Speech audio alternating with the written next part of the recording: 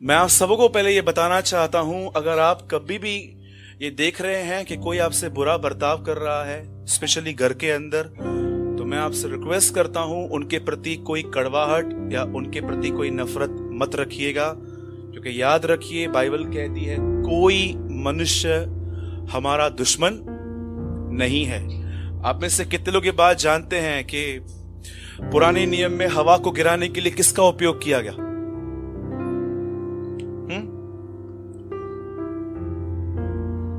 कौन था? सांप था। तो पुराने नियम में जिसका उपयोग किया हवा को गिराने के लिए, कई बार वो भी इंसान के बैक में आपको परेशान करने की कोशिश करता है आज भी। क्योंकि मैंने देखा है जब भी हम किसी रॉन्ग बिहेवियर से एनकाउंटर करते हैं ना, जब किसी ऐसे व्यक्ति से बात करते हैं जो हमारी बात नहीं मानता या देरी से मानता है, बहुत इजीली हमारे अंदर उनके लिए नफरत आ जाती है। और बहुत सारे लोग तो ये जान भी नहीं पाते हैं कि उनके अंदर नफरत आ गई है, और फिर वो प्रभु के सामने चिल्लाते हैं बाल की तरह, जैसे एलिया के टाइम पे नबी चिल्ला रहे थे, हे बाल हे बाल। और आप देखो इनके ऊपर कोई प्रभु का अभिषेक भी नहीं आता। मैं आपको सच कहता हूं, मैं पता नहीं मैं क्यों बोल रहा हूं, बट आई इंस्पायर्ड। मैं ये बोलने के लिए एक अंदर से मैं इंस्पायर्ड हुआ। मैं जब देखता हूं ना कि कोई व्यक्ति है, एग्जाम्पल ब्रदर दिनेश, जब मैं वो देखता हूं कि वो गलती कर रहा है और वो आके ऐसा कहता है, सूरज भाई मुझसे गलती हो गया, मैं आपको सच कहता हूं वो 10 बार भी आएगा ना दिन में, मैं 10 बार उसको माफ करूंगा।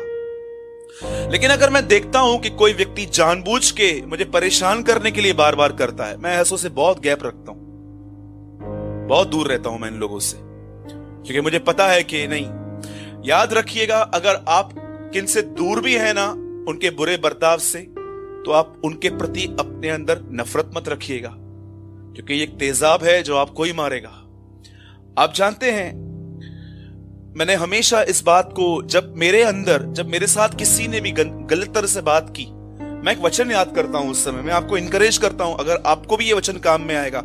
आप में से कितने लोग ये बात जानते हैं कि लूका अपनी किताब में सिर्फ एक पहला व्यक्ति है, लूका, जो अपने किताब में बताता है कि यीशु ने क्रूस पे मार खाते समय सबको माफ किया था।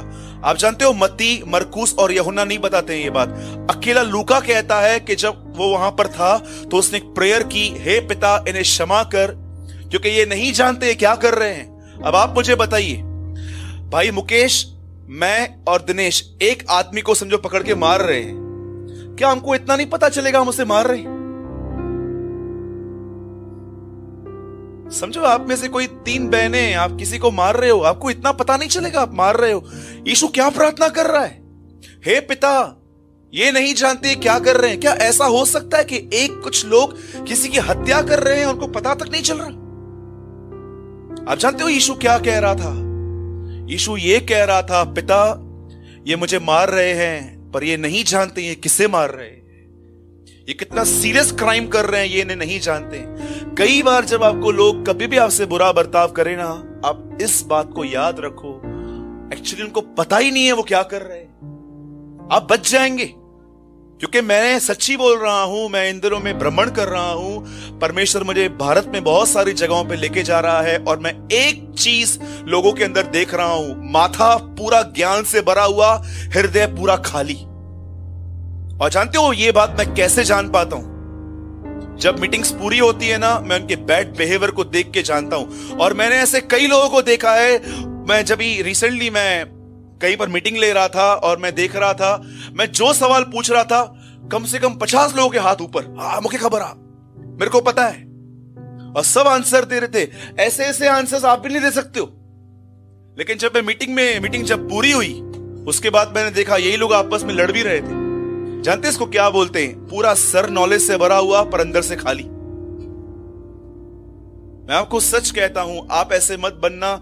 मैं रिसेंटली देख रहा हूं कि लोगों के पास ज्ञान बहुत है पर पवित्र आत्मा की भरपूरी नहीं है। उसका एक कारण यह है कि वे नहीं जानते हैं वो क्या कर रहे हैं। They are not familiar with their Bible. वो अपने बाइबल के साथ जुड़े हुए नहीं है।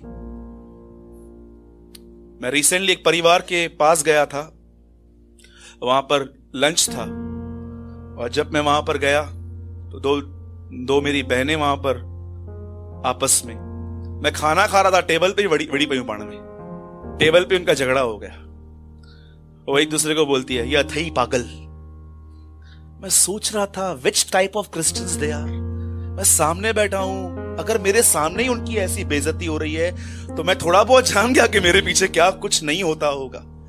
सच कहता हूं, फुल ऑफ नॉलेज, पूरा बाइबल पता है, लेकिन पवित्र आत्मा नहीं है भी तो पूरा सुकड़ चुका है। मैं ऐसे बिलीव करता हूं, जानते पवित्र आत्मा कैसा है? देखिए, वो यहां तक है, पर जैसे जैसे हम वो कहते हैं जो वो उनको मना करता है कहने के लिए, वो slowly slowly slowly slowly slowly slowly slowly वो घटता जाता है।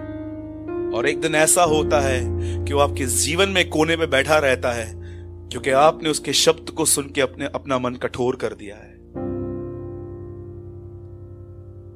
वो बहन और वो बहन, हम बहुत पुराने विश्वासी हैं। एक बात मैं बहुत बार मैंने इनसे शेयर की थी। आप जानते हैं, जो आपको मीटिंग में मिलता है उसे गवाने का सबसे अच्छा तरीका क्या है? बेस्ट वे, जो अच्छा लगता है बोलो, आप गवा दोगे। जो अच्छा लगता है आप बोल सकते हो, आप गवा दोगे। इसीलिए बाइबल कहती है, कोई गंदी चीज तुम्हारे मुंह से न निकले, और उसके ठीक नीचे लिखा है, पवित्र आत्मा को शोकित मत करो। कितने लोग मेरी बात समझ रहे हैं? बोलो यीशु मसीह की। मैं पता नहीं क्यों बोल रहा था, लेकिन मैं इंस्पायर्ड हुआ ये बोलने के लिए कि आपका कोई भी इंसान दुश्मन नहीं है। हां, अगर आप चाहते हो वो आदमी सुधरे, तो सबसे पहले वह आदमी जिस अंधकार में जी रहा है उसको पहचानो और उसके लिए प्रेयर करो।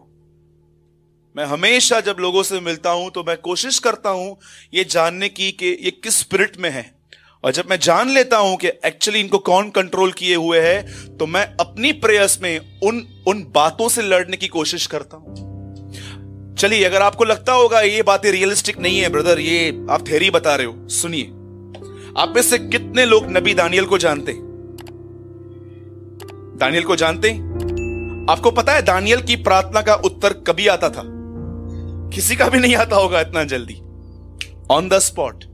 लेकिन एक दिन दानियल प्रेयर कर रहा था, एक दिन प्रेयर की, नो आंसर। तीसरे दिन फिर प्रेयर की, नो आंसर। सातवें दिन फिर प्रेयर की, नो आंसर। 11 डे पे प्रेयर की, नो आंसर। 21वें दिन जब वो प्रार्थना कर रहा था, उसकी प्रार्थना जैसे पूरी हुई, बाइबल कहती है एक स्वर्गदूत उसके पास आया और वो उसको कहता है, तुझे पता है जब तू प्रेयर कर रहा था तब मैं वहां से निकला था, लेकिन जब मैं दूसरे स्वर्ग पे पहुंचा तो एक दुष्ट आत्मा ने मुझे पकड़ लिया और उसके साथ 21 दिन मेरी लड़ाई चली है, और 21 दिन के बाद मैं तेरे पास आया हूं।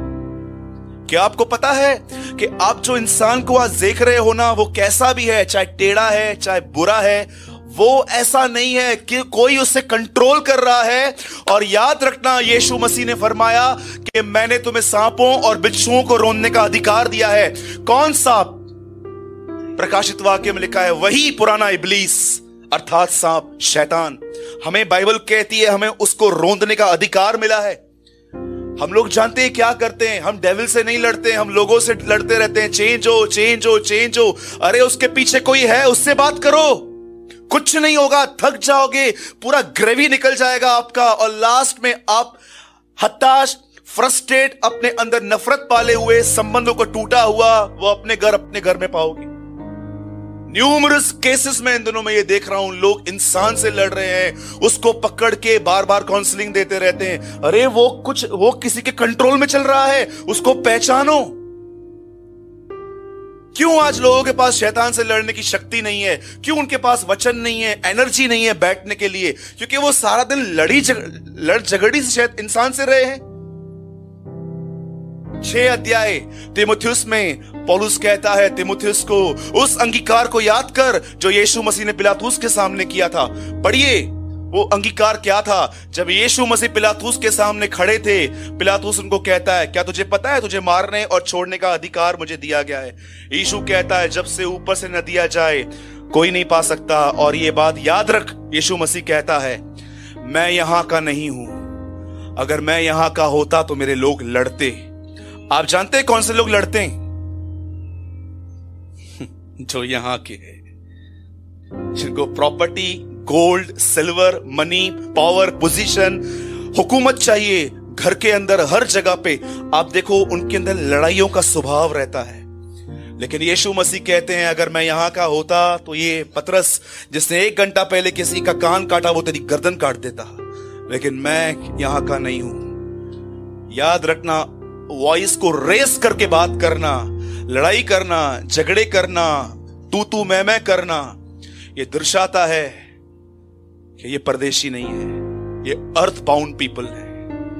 लास्ट मीटिंग में मैंने समझाया था, एक आदमी ने मुझसे पूछा, सूरज भाई सोने का मतलब क्या है? सबको याद है? कितने लोगों ने लास्ट मीटिंग सुनी थी? सोने का अर्थ क्या है? जब ये दुनिया आपके लिए उस दुनिया से ज्यादा रियल बन जाए, आप समझ जाना आप सो गए। अब आपको क्या लगता है जिम्मेदारियों से दूर भागना है? भाग ही नहीं सकते। मुझे परमेश्वर अगर फुल टाइम मिनिस्ट्री के लिए भी कहेगा ना, तो मैं प्रभु से प्रार्थना करूंगा, प्रभु तू भले ले मुझे फुल टाइम मिनिस्ट्री में, लेकिन मुझे थोड़ा बहुत साइड में काम करने दे प्रभु, क्योंकि मैं जानता हूं कि ये कितना जरूरी है। सच कहता हूं मेरे भाइयों और बहनों, मैं आपको एक बात कहना चाहता हूं और उसके बाद मैं एक छोटे से संदेश में आऊंगा। कभी किसी के लिए नफरत मत रखिए और ना ही कभी किसी के लिए कोई कड़वाहट रखिए, और कोशिश कीजिए किसी के लिए बैकबाइट न कीजिए, किसी के लिए भी नहीं। आपको किसी का बुरा काम पता है ना, छोड़ दो उसको। आपको क्या लगता है कि खुदा छोड़ देगा? कितने लोगों ने थिस्सलुनीकियों में ये वचन पढ़ा है? सब लोग कहते हैं सूरज भाई आप गलत बोलते हो, मैं सच बोल रहा हूं। कितने लोगों ने थिस्सलुनीकियों में ये वचन पढ़ा है, जो तुम्हें कलेश देते हैं परमेश्वर बदले में उन्हें कलेश देता है। Have you read it this word? कोई पहुंचता ही नहीं है वहां तक। परमेश्वर की नजर में यह सच है। पौलुस कहता है जो तुम्हें कलेश देते हैं बदले में उन्हें कलेश दे और तुम्हें चैन दे। आपको पता है जब लोग आपको परेशान करते हैं आप उन्हें माफ कर देते हो, पर परमेश्वर को हर चीज पता है, वो डीलिंग करता है। मैंने आज तक इतिहास में एक व्यक्ति नहीं देखा है जो प्रभु के लोगों को सताकर कभी खुश रहा है। किसी को भी नहीं देखा, किसी को भी नहीं। एक सिंगल आदमी बताओ जो प्रभु के लोगों को दुखी करके खुश है। शाऊल, हे शाऊल तू मुझे क्यों सता रहा है? ये पौलुस कभी यीशु से मिला ही नहीं था और यीशु उसको क्या बोलता है? तू मुझे क्यों सता रहा है? बोलता है हु आर यू लॉर्ड, आप कौन है? बोलता है मैं यीशु हूं जिसे तू सता रहा है। अरे प्रभु आप स्वर्ग में हो, ये नीचे है, आपको कैसे परेशान कर रहा है? स्वर्ग में सिर्फ सर है, देह तो नीचे है मेरी कलीसिया, ये उसे सता रहा है। मेरा बॉडी नीचे है। ऐसा हो सकता है कि आपको पैर में कोई लकड़ी मारे और आपको यहां पता नहीं चले? बोलो यीशु मसीह की। तो प्लीज मैं आपसे हम्बली रिक्वेस्ट करता हूं कि किसी के लिए भी हेट्रेट, किसी के लिए भी नफरत और किसी के लिए बैकबाइट मत कीजिए। अगर आप किसी को भी देखते हैं गलत है, छोड़ दीजिए। खुदा जज करेगा और उसका न्याय बहुत सही है, बहुत सच्चा न्याय है उसका। लिखा है यहोवा धर्म का तराजू लेगा और सही से तोलेगा, अय्यूब में लिखा है। अगर आपको आज रियलाइज हो रहा है कि लास्ट वीक से या 2-3 वीक से आपने किसी से कुछ टेढ़ा गलत तरीके से बात की है, माफ कर दो। आप जानते हैं हंसी आती है मुझे ये बात बोलते हुए, जब यीशु के चेले उससे पूछते हैं आपका दोबारा आना कब होगा, वो उनको एक बात बोलता है, ध्यान दो कि उस दिन तुम्हें छत से नीचे न उतरना पड़े। समझो, सिंपल बात। यहां पर सागर भाई बैठे हुए हैं और यीशु मसीह के आगमन के एक रात पहले सागर भाई का अपनी सिस्टर के साथ थोड़ा फाइट हो गया, मुंहमारी हो गया, और सागर को प्रभु बोल रहा था ठीक है बेटा वो गलती करती है, माफ करना उसको। नहीं प्रभु, गलती एक बार होती है, 2 बार होती है, ऐसा नहीं होता है।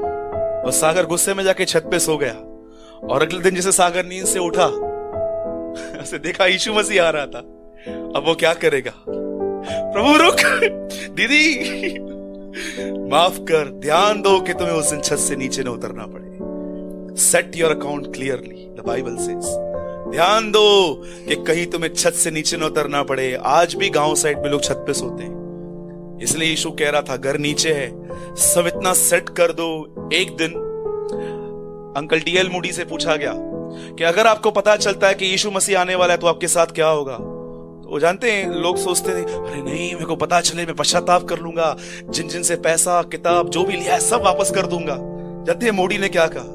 बोला मुझे कोई फर्क नहीं पड़ेगा, आज आए कल आए। उन्होंने बोला कैसे? बोला मैंने हमेशा अपने अकाउंट्स क्लियर रखे हैं सबके साथ। न मैंने कोई ऐसा व्यक्ति है जिसको मैंने माफ नहीं किया है, और न कोई ऐसा व्यक्ति है जिसको मैंने माफ नहीं किया है। याद रखना, परमेश्वर बहुत एग्जैक्ट है अकाउंट्स का।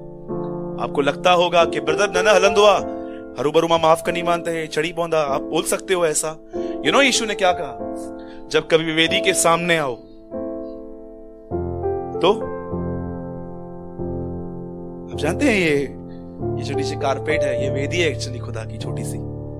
जब तुम वेदी के पास आओ और तुम्हें ज्ञात हो तुम्हारे मन में नहीं लिखा है, सामने वाले के मन में तुम्हारे प्रति, प्रभु मेरे मन में कुछ भी नहीं है, सामने वाले के अंदर तो है ना, कैसे आया? लिखा है जाओ और ठीक कर दो। प्रभु अगर मैं ठीक नहीं करूं, यहीं पर ऐसा बैठा रहूं, बैठा रहे, जैसा था हमेशा वैसा ही रहेगा, ऑलवेज ऐसा ही रहेगा। सूखा सूखा आएगा, सूखा सूखा जाएगा।